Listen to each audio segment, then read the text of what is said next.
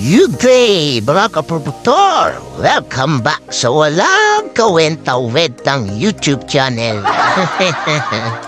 Yes, long weekend. Happy long weekend sa atin lahat. So meron pa tayong 2 days. Papunta nga pala tayong Naik, Cavite.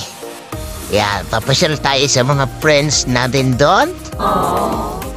Ang El Presidente ng Pilipinas, RFI 175. So, pero teka lang mo kami, namataan ako dito eh. Kuya, baka naman, pa-experience, papisil naman dyan. Iyan o. Sarap ng morning. Ride safe sa atin, so gamit natin ngayon yung bago nating earphone. Napakaganda po kahit maingay ang paligid. Bumbuo ang sounds ayos. At lang nga po, nandito na tayo sa Naik, Cavite. Iyan na, pupuntahan na natin yung Deloso Agri-Farm. Yan, dati namin pinuntahan to, tinulugan na namin, pero ang laki na raw ng in-improve. Kaya titingnan natin kung gaano ba talaga in-improve ng Deloso Agri-Farm. So, siyempre, kasama natin ang friends natin, ang El Presidente ng Pilipinas, RFI 175. Eto na nga, nandito na tayo sa bungad. Ayan po, Barangay Palanggit po, ito sa Naik, Cavite. Ayan po, ang El Presidente ng Pilipinas, RFI 175. Si Sir Norlito Pengala. Ayan, papasok na po tayo. Ay, salamat ate.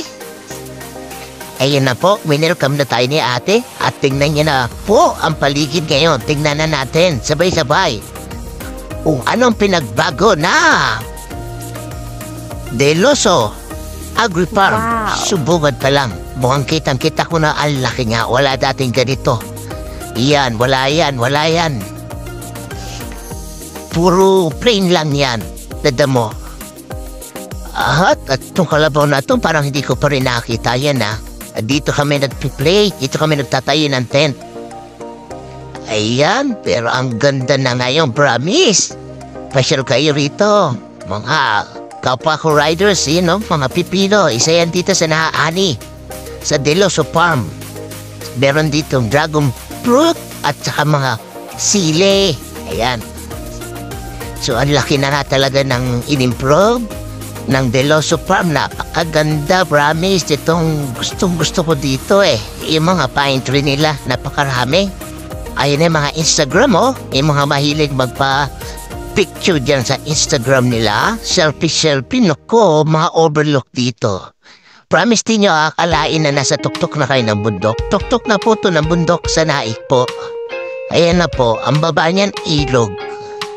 Ayan, medyo kulay chocolate lang yung brown yung ilog kasi umulan daw kagabi na malakas.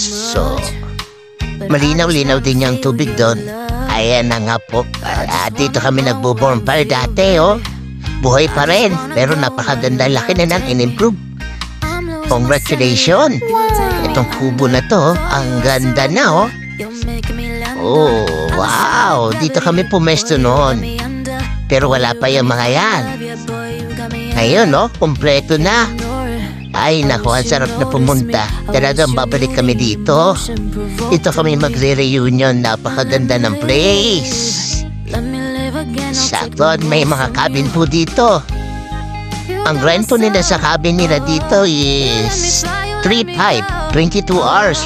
Meron din silang ditong tree house na 16K, 20 bucks po. Ito po yung cabin nila. Ayan, meron po ngayon sila nakatayo na 8, ginagawa pa po yung iba.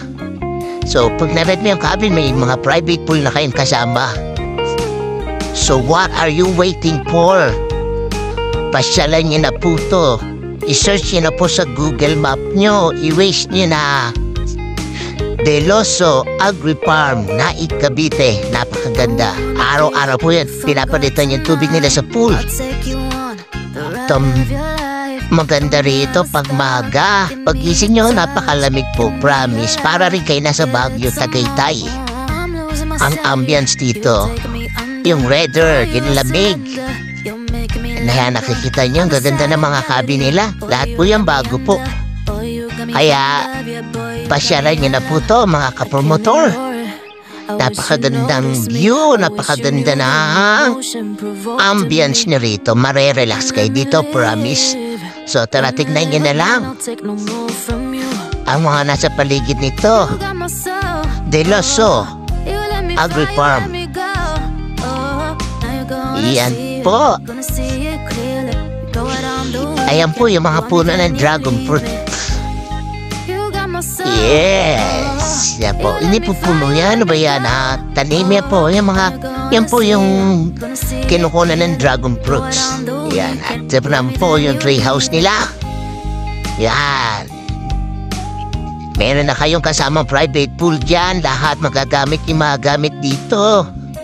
So, kung may family reunion kayo, mga tropa, nako, 700 per head sa 20 packs. So, pwede na. May private pool 24 hours. Meron kayong 3 rooms, 4 rooms pala. Magagamit nyo rito. Oh, napakaganda pa ng place. Tahimik. Ay, so, what are you waiting for, mga kapromotor? Pasyalan niya na to. Promise, di kayo magsisisi sa place na to.